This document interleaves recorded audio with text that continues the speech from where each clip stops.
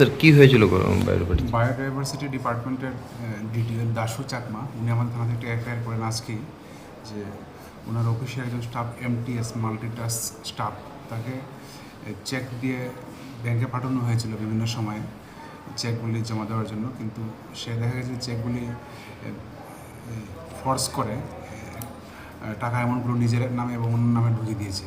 তো সেই বিষয়ে একটা এফআইআর রেজিস্টার হয়েছে। আপাতত 3,16,000 টাকা মানে হেরফের করেছে এবং পাওয়া গেছে। এটা অ্যামাউন্ট আরও বাড়তে পারে, তদন্তে আস্তে আস্তে বোঝা যাবে। কয়টা চেক কত লক্ষ টাকা? তিনটে চেক টোটাল। কত লক্ষ টাকা? একটা 1,46,000, একটা 1,14,000, একটা 56,000।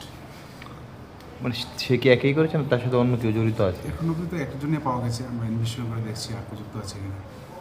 কোন ব্যাংকে চেকগুলো জমা দিয়েছিল? এটা গ্রামীণ ব্যাংক দুর্গাবস্থায় আছে।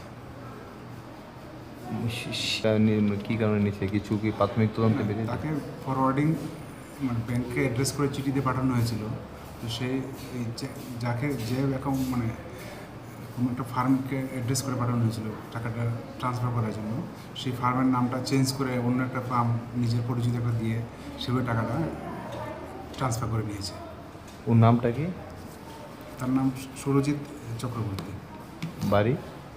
বাড়ি এমনিতে উদয়পুর, ইন্দিরানগরে ভাড়া থাকে। আজকে আপনারা কোথা থেকে ধরে তাকে? তাকে আমরা বাড়ির থেকে নিয়েছি জিজ্ঞাসাবাদের জন্য, এখন অ্যারেস্ট করা হবে। অ্যারেস্ট ইন্টারগ্রেশন পাওয়া গেছে তার অফিস প্রিলিমিনারি, তো তাকে আমরা গ্রেপ্তার করবো।